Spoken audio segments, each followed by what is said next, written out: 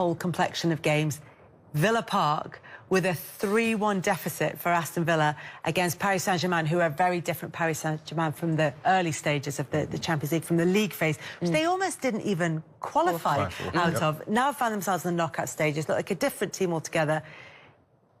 3-1 to Paris Saint-Germain at Villa Park. But if Villa can get an early goal, is there a way back for them? There's certainly a way back. I've actually got a ticket. You're hoping there is.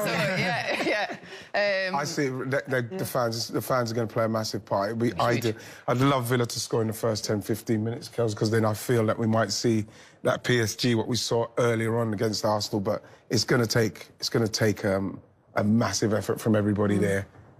Yeah, I think that's one of the hardest things, I think, about the mindset of, do I think Villa can score 2 goals? Absolutely. But it's, can you stop them scoring another? And so I think I think it'll be a great game. I think at Villa Park, you know, Villa will go into that feeling, you know, feeling confident because it's at home, and there's no pressure in that, in the way that a lot of people think they're out of it. And I think as a player as well, sometimes you enjoy that when people think you don't really have a chance. So sometimes that's a nice feeling, because you think pressure's off, but we back ourselves. Can we get a goal? They know they can. They did that away from home. They scored first. You do that, you start asking questions, because PSG were a different team at the start. And some of those players that have come in and have changed it for them are young players too. So can you just ask them a few questions? You know, what have you got away from home? Not in your comfort zone. And you got to try and lean into that. See, Champions League games feel like something that you can really look forward to, that can add something to the Premier League season. And then you've got teams like Tottenham and Manchester United, where their whole season, it feels like, is resting on what they can do in the Europa League. And they're both, you know, level pegging 1-1 and 2-2 in their respective fixtures. And who knows? Who knows what could happen? I mean, it doesn't feel hyperbolic to say what happens next season could rest on what happens in these next 2 games for them. 100%. You look at both of them where they're in the league, and there's no reason for them to be in those positions. There's no reason at all. And for United in particular, this could be the biggest game they've had in recent times. The backdrop of not getting through this could be very, very, very stark to where they want to be. There's been a lot of talk of, you know, takeover and the direction when they're going, but this is not where Manchester United should be. So it's a massive game for them. And, you know, the performances leading up to this have not been great. You're coming off a 4-1 defeat to Newcastle. In Spurs' example as well, it's exactly the same thing. Spurs should not be where they are on the Premier League table. They should never be there. 17 losses should never happen in a league campaign for Spurs. So they're both hoping that this one trophy can change the narrative and they can walk away saying that at least we got this. And both of them can't win it. So it's going to be interesting to see who gets closest, or if they actually manage to progress from this tie. I was speaking to Man United, some Man United fans, and they were talking about if they won the Europa League and finished where they are, would it be considered a good season? And one said, no, it wouldn't be. And that is obviously off of what we know that Man United were capable of, their history. But I would probably know that there's so much work to be done at Man United. You have to say that's a successful season because it's so bad.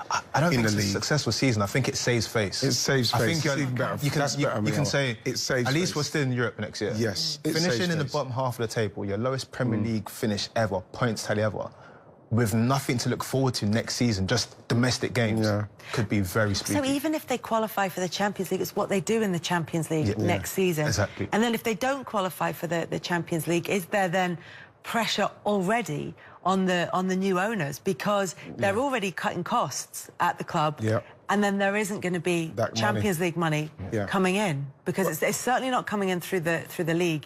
It has to come in through the Europa League. Through the Europa League, and you know what? You're looking at Man United, and they've got the players that, especially in those guys, they can raise their game for some reason, and they can win those games. That's why they're at this stage of the competition. Tottenham, I don't know what's happening there in respects of, even if they do go on to win it, which I don't think they can. You just feel like there's so much going on there at Spurs. You know what I mean? We're seeing all the stuff that's going on with their manager. And yet Spurs looked decent I know it was a 1-1 draw, but they certainly created the chances to win that one. Manchester United conceded that late goal, a couple of Onana errors in that. He was dropped for the game at the weekend against Newcastle, or rested. He's had other stuff going on in his personal life as well, where you know, and so that I think that giving him a little bit of space, he wasn't in the squad in order, Ruben Amorim said, to be fit for this game in the Europa League on Thursday night. And that's all he wanted to talk about after the defeat by Newcastle. All Amorim said was Thursday. Yeah. We're looking ahead to the game against Lyon on Thursday. I just hope it's not put too much pressure on them in a weird sense, because, yeah, the league is essentially a write-off. But United do have young players. They brought in a young Harry to play in their game as well on the weekend. You just hope that now, that because of Onana's comments before the first leg and what happened, now come to the second leg, that it doesn't become a pressure point where they crumble underneath it, because the whole season has been that. They've just not managed to rise to the occasion when they need to. So are you saying he's going to play Onana in that game? He's rested him for that game, would you say? Well, I mean, why would, if you drop him for both... He's saying it is just for one game. Yeah. That's what Amorim has said, but we will see in midweek. We'll see, as Ruben Amorim kept saying after the defeat by Newcastle, we'll see on Thursday, is what he kept saying. Thank you very much, Rachel. Thank you, Mayowa. Wright and I will be back next week when there could be a whole different complexion on that race for European football next. Let's head off to the Emirates. Saturday night, Arsenal 1, Brentford 1. Steve Morlock, it feels a little bit difficult to analyse this game, because you can't help but feel it didn't really matter for Arsenal. And I know that they will say they're still fighting until it's impossible against Liverpool, but even Mikel Arteta's team selection probably reflected they've got bigger fish to fry. Yeah, it seems that way, doesn't it? I wonder whether Mikel Arteta might look back in a few weeks and think, I wonder if I'd have played a stronger team against Everton and then also against Brentford and tried to put a little bit more pressure on Liverpool. However, he's decided that the Champions League is the route he wants to take, and felt that the Premier League was out of his grasp, or out the team's grasp. And would that result against Real Madrid have happened in midweek had he had not rested certain players?